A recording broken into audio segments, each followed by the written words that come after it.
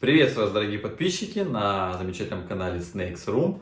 Сегодня у нас распаковочка моих же змей, которые приехали из прекрасного города Новороссийска, где принимает великолепнейший специалист по рептилиям. Ну, может быть, она специалист еще по ряду других прекрасных созданий, но в данном случае мне она помогала с рептилиями.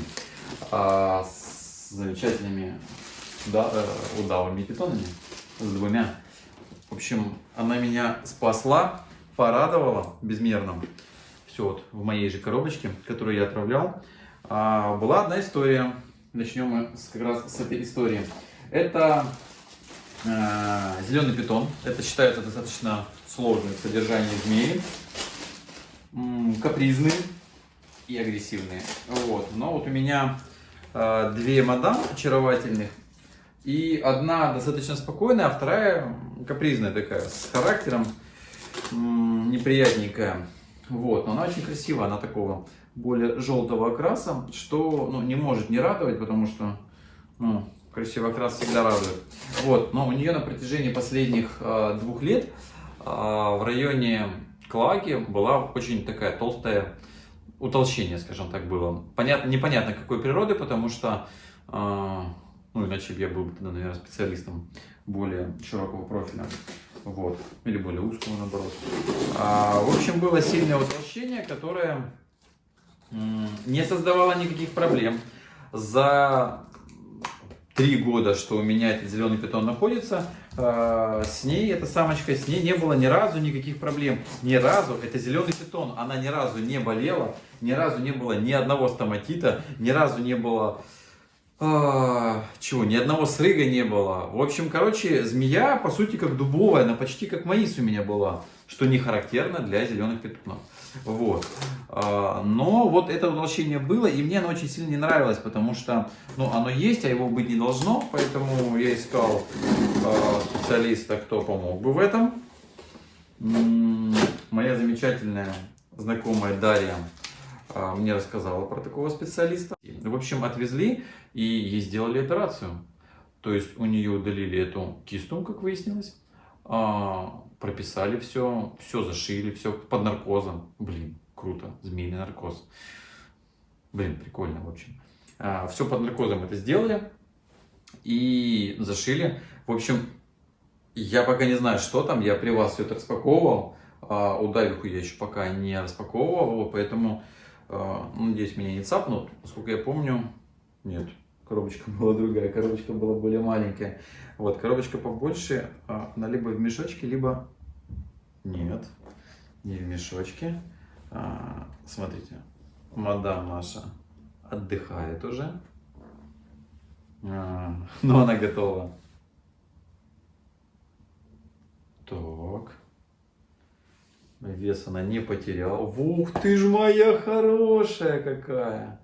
Вот, в общем, здесь, смотрите, какая красавица. К сожалению, не очень удобно снимать со штатива, но уже ночь, я уже час как должен был спать. Нужно было получить мою красавицу. Сейчас мы вам пытаемся показать, как выглядит место операции. Вот оно здесь. Мне, кстати, нужно будет снимать швы. То есть утолщение в целом небольшое есть, но я думаю, потому что, скажем так, это отек, он со временем будет спадать. То есть в дальнейшем я вам покажу, как получается. Вот, видите, синие ниточки. Мадам ведет себя приятно, спокойно, сильная, определенно сильная.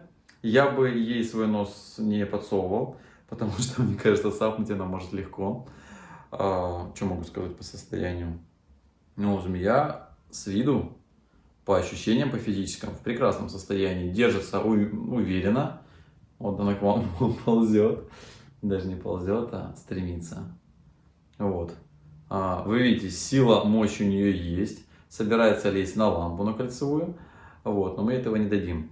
В общем, что можем сказать по зеленому питону? Будем смотреть, что будет дальше получаться по вот этому месту, как оно будет там рассасываться, как будет спадать отек.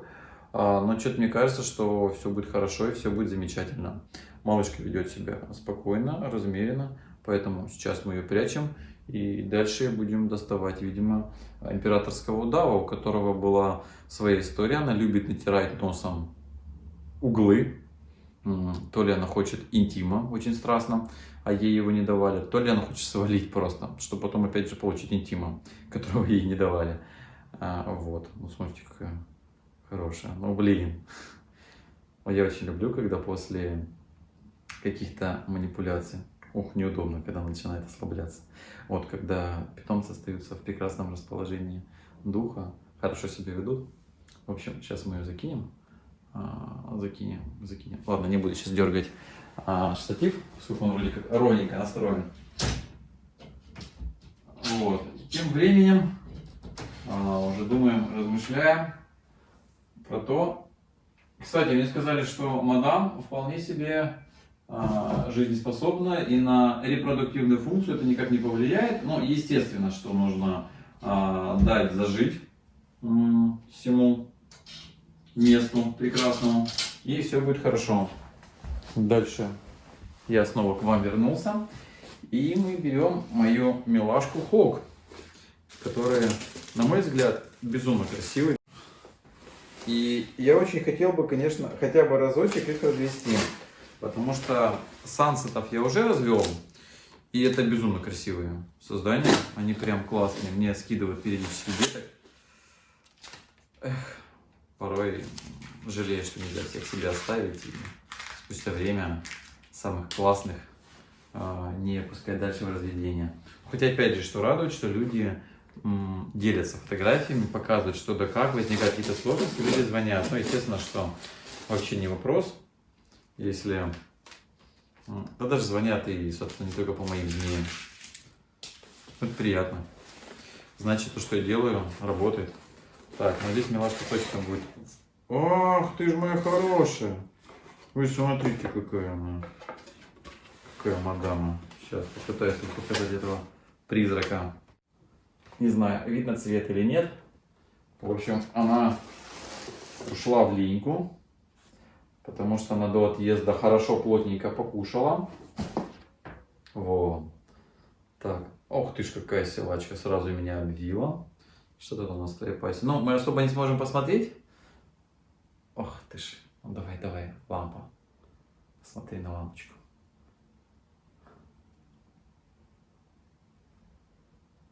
Ну, короче, она менее любопытная, чем зеленая, как вы видите.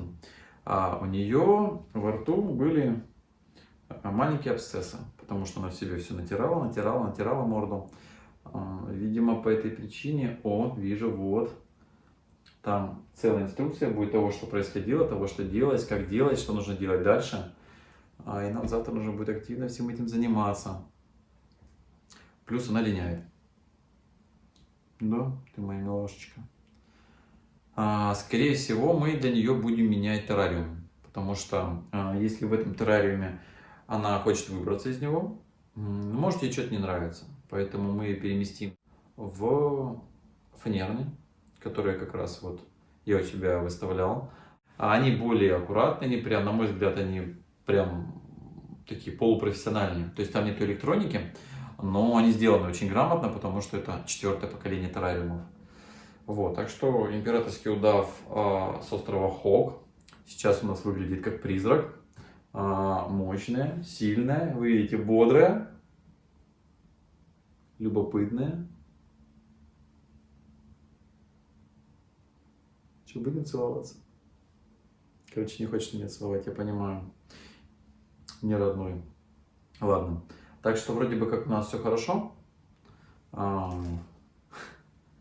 Дальше буду держать вас в курсе того, что происходит с этой малышкой. Я думаю, в следующем видео мы запишем, что было у каждой из них с анализами. Вот все, что происходило во время операции, во время чисток. Там вот рекомендации, тут у нас вот шприцы лежат. В общем, все по правилам, все по фэншую. Специалист прям обалденный. И сейчас, видимо, спать пора, потому что мне вставать уже через 5 часов 20 минут. А я уже 3 недели дико не высыпаюсь. Вот, так что спасибо, что вы с нами. Милашка Хок